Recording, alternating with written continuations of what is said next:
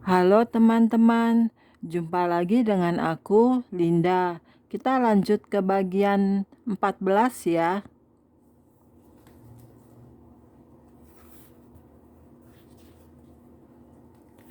Oke, mari kita mulai.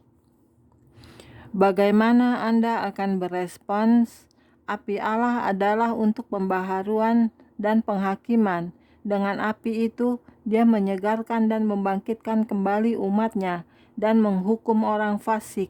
Bagaimana Anda akan meresponi api Allah?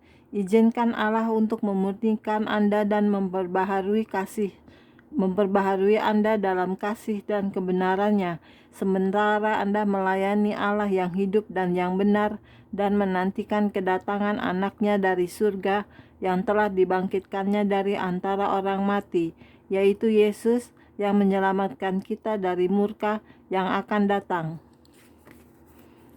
Malaikat dan pembebasan.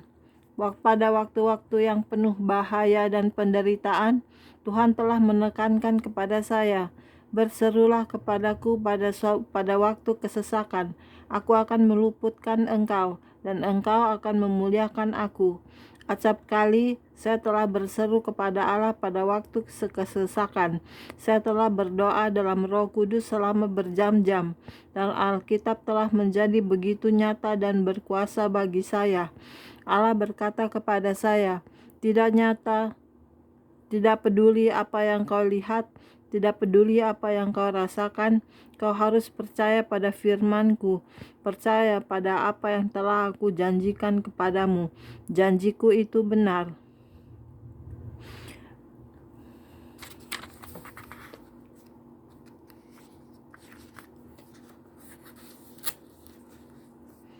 Hadirat Tuhan membawa pembebasan. Hadirat Tuhan sendiri yang membawa pembebasan bagi kita. Dalam beberapa penglihatan yang Allah berikan kepada saya melihat malaikat-malaikat masuk ke dalam gereja-gereja dari luar, biasanya melalui pintu depan yang menghadap ke mimbar di banyak tempat ibadah. Ketika Kristus akan turun, para malaikat itu akan mulai menyapu dengan sayap-sayap mereka, seperti kipas angin raksasa. Mereka akan mengipasi lantai, dan selembar karpet merah yang mewah akan dibentangkan untuk tempat Kristus berjalan. Kemudian saya akan melihat para malaikat itu membentuk dua barisan paralel di lorong tengah gereja. Orang-orang dalam jemaat tidak akan dapat melihat para malaikat itu, tetapi para utusan surgawi itu akan mengangkat sangkakala mereka dan meniupnya, seolah ada seorang raja atau ratu yang akan tiba. Kemudian saya akan melihat sebuah kereta kuda yang besar tiba di pintu utama di depan gereja. Malaikat-malaikat yang sangat besar akan membuka pintu-pintu di alam roh, dan Kristus akan masuk. Wow, dia sangat indah. Para malaikat itu selalu bersama dia untuk mendampingi dia dan membawa berbagai pesan dalam bentuk kitab-kitab dan gulungan-gulungan kertas. Beberapa dari malaikat itu membawa tanduk api. Beberapa malaikat lain membawa pedang atau benda-benda lain. Ketika Kristus masuk, hamba Tuhan yang melayani akan berkata, "Oh, saya merasakan hadirat Tuhan." Saya akan melihat awan-awan muncul di atas jemaat. Sama halnya ketika saya sedang berkhotbah dalam kelompok-kelompok sel, seringkali hadirat Tuhan akan mulai masuk, dan saya akan melihat sesuatu yang mirip sebuah kabut tipis atau awan yang melayang-layang di atas orang-orang. Banyak yang akan mulai mengangkat tangan dan berkata, "Saya merasakan hadirat Tuhan." Seolah-olah ada ratusan malaikat yang bekerja bersama Tuhan. Mereka juga bekerja bersama para hamba Tuhan untuk membawa kesembuhan dari Yesus untuk orang-orang. Dan mereka bekerja ketika ada nubuatan yang disampaikan. Melalui semuanya ini, saya tahu Allah telah sedang memberitahu saya bahwa para malaikat ada bersama kami.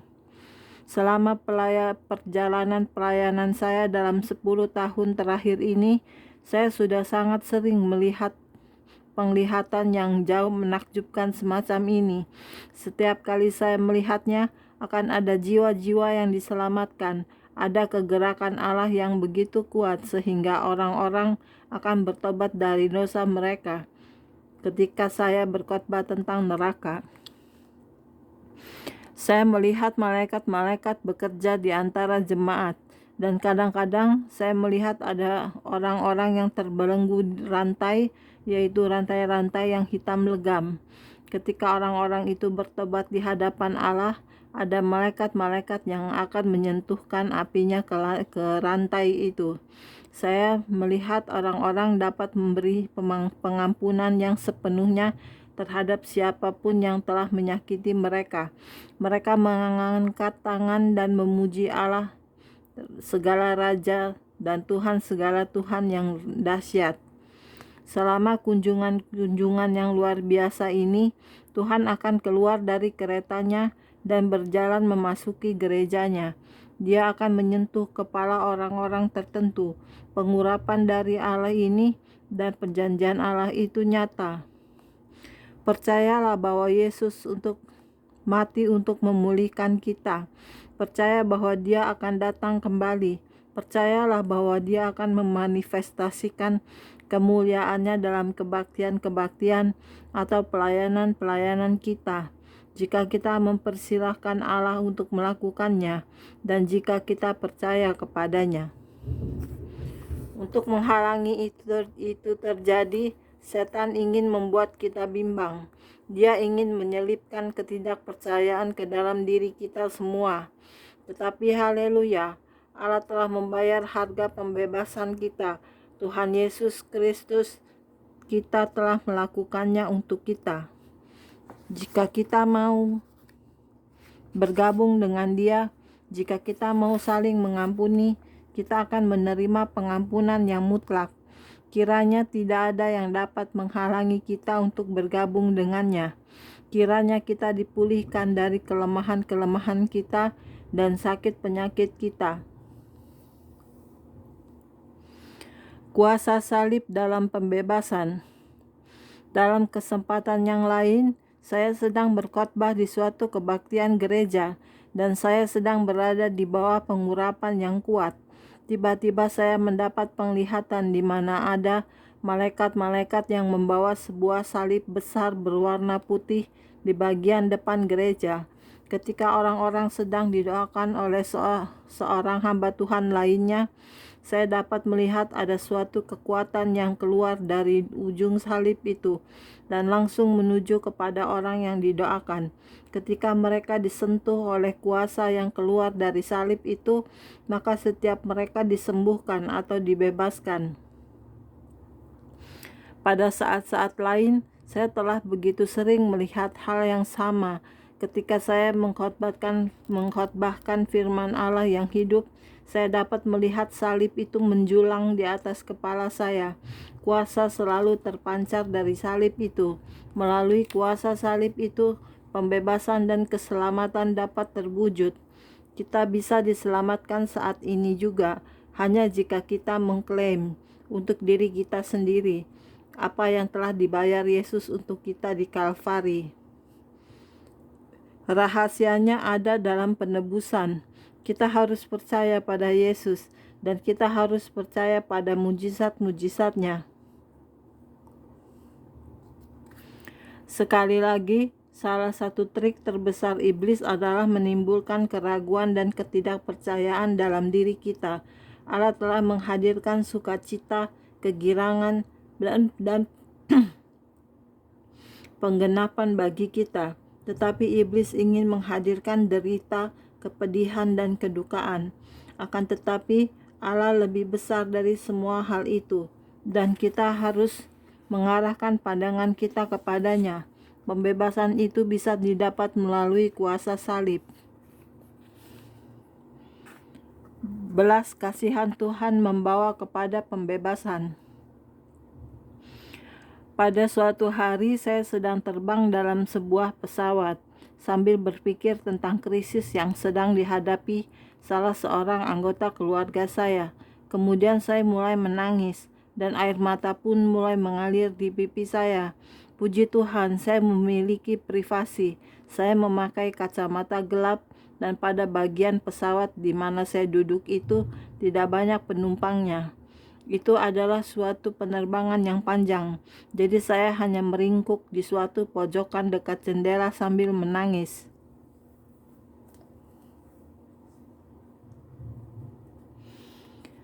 Ketika air mata membasahi wajah saya menatap keluar jendela dan takjub ketika melihat sebentuk pelangi yang indah.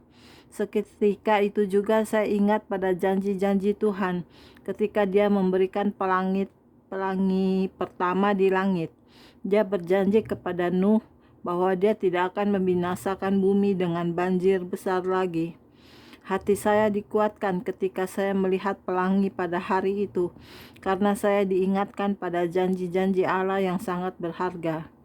Kemudian, seolah-olah meneguhkan apa yang telah saya lihat dalam keadaan fisik, saya melihat suatu penglihatan yang indah, agung dan menakjubkan. Saya melihat sesuatu yang seperti kobaran api yang sangat besar di langit, dan sosok yang mirip Allah duduk di tahtanya.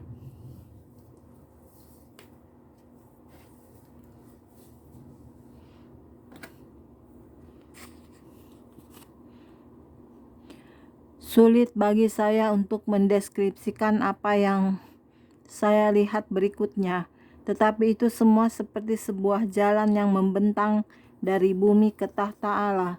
Pada jalan itu, saya melihat tetesan-tetesan air mata, dan spontan saya segera berpikir tentang Yesus. Pikiran saya tentang Yesus muncul bersamaan dengan ingatan saya tentang suatu peristiwa bersejarah dalam salah satu episode yang paling menyedihkan dari sejarah Amerika. Beberapa orang Indian Cherokee diambil secara paksa dari tempat asal mereka, dikumpulkan untuk membuat benteng-benteng sementara dengan fasilitas dan makanan yang begitu minim. Kemudian mereka dipaksa untuk berbaris dan berjalan dalam 1000 mil. Perjalanan ini diselilingi dengan beberapa kali pelayaran dengan perahu dalam kondisi yang sama mengenaskannya. Sekitar 4.000 orang Cherokee meninggal dunia selama kepindahan dari daerah tenggara itu ke tempat penampungan yang disediakan pemerintah di teritori Oklahoma.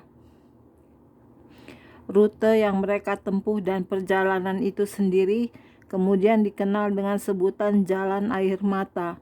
Arti harfiahnya dalam bahasa suku Cherokee adalah Nuna Daul Suni, yaitu jalan di mana mereka menangis. Ketika saya mendapat penglihatan tentang tahta dan jalan air mata yang menuju ke tahta itu, ingatan saya melayang ke peristiwa bersejarah itu. Tetapi pikiran saya yang paling jelas adalah tentang Yesus. Saya ingat bagaimana Yesus berjalan melewati Via Dolorosa, jalan penderitaan, dan mendaki menuju Bukit Kalvari. Saya teringat akan jejak-jejak Allah, penderitaan, siksaan yang Dia tanggung. Kemudian saya teringat akan penderitaan, siksaan dan kedukaan yang masih dialami orang-orang kudusnya pada waktu-waktu tertentu.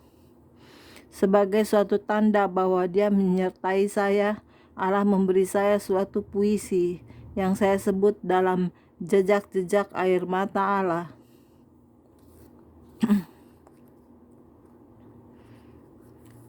Ketika saya terus melihat keluar jendela, tampak seolah-olah air mata itu turun dari surga.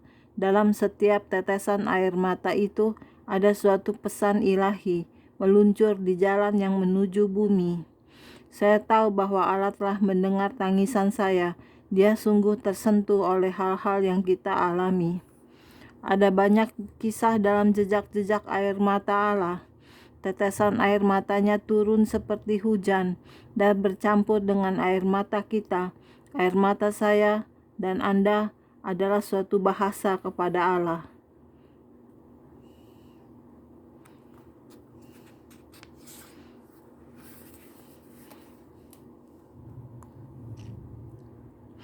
Pewahyuan pada hari itu membuat saya semakin menghargai kasih Allah kita yang luar biasa dan apa yang telah dijalani Yesus demi menebus kita.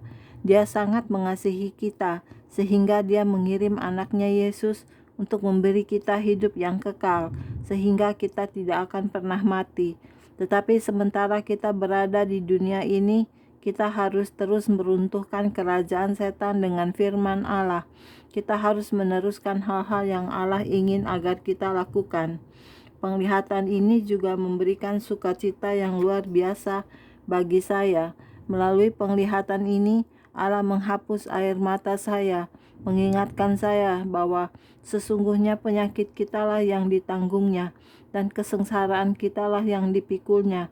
Padahal kita mengira Dia kena tulah, dipukul dan ditindas Allah. Dia meyakinkan saya bahwa kerabat saya dapat dimerdekakan. Demikian juga dengan Anda dan keluarga Anda. Percayalah kepada Tuhan Yesus Kristus dan engkau akan selamat, engkau dan seisi rumahmu. Ketika pesawat kami mendarat, saya melanjutkan perjalanan saya dengan hati yang dikuatkan dalam Tuhan. Malam itu, saya melayani dalam suatu kebaktian, di mana saya melihat banyak orang yang terluka dan sedih.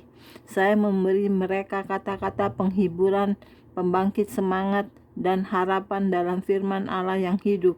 Saya mengatakan kepada mereka bahwa sesungguhnya air mata yang diteteskan Yesus bagi kita itu sama berkuasanya sekarang maupun dahulu saat Yesus meneteskannya. Mungkin Anda juga telah meneteskan banyak air mata karena Anda tidak mengerti beberapa hal yang telah terjadi pada Anda. Hendaknya Anda ingat bahwa tidak semua dalam hidup ini dapat Anda mengerti, tetapi firman Allah yang kudus telah dituliskan dan diberikan bagi kita. Roh Kudus mengilhami orang-orang pada zaman dahulu untuk menuliskan ayat-ayat Alkitab itu. Percayalah kepada Alkitab, percaya pada semua yang tertulis di dalamnya. Yesus Kristus tetap sama, baik kemarin maupun hari ini, dan sampai selama-lamanya. Hanya kepada Dialah seharusnya mata kita tertuju. Hanya Dialah yang seharusnya menjadi pusat harapan kita. Hanya Dialah yang dapat memberi kita kebahagiaan dan sukacita. Hari ini saya menantang Anda untuk berbesar hati dan mengerti bahwa ada Allah yang selalu peduli pada Anda dan keluarga Anda. Dia mengirimkan para malaikatnya untuk menjagai Anda. Mereka selalu siap untuk melayani dan membantu Anda. Sadarilah keberadaan mereka dan ketahuilah bahwa mereka telah diutus oleh Allah untuk Anda.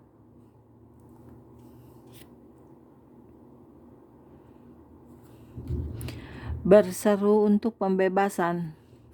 Dalam bab sebelumnya, kita melihat bahwa para malaikat berperang melawan iblis sebagai utusan Allah. Allah memperkerjakan malaikat-malaikatnya untuk membebaskan orang-orang dari roh-roh jahat, penyakit, dan kelemahan tubuh.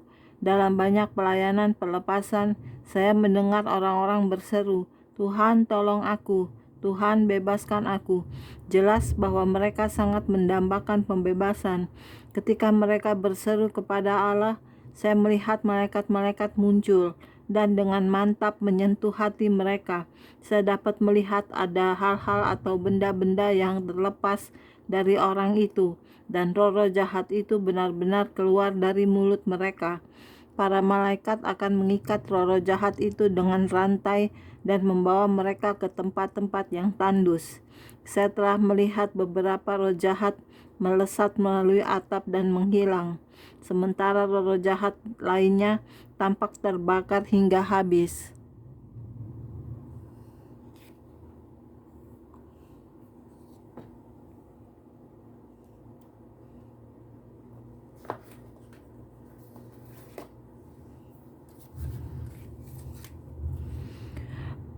Oke, sekian dulu untuk hari ini videonya ya.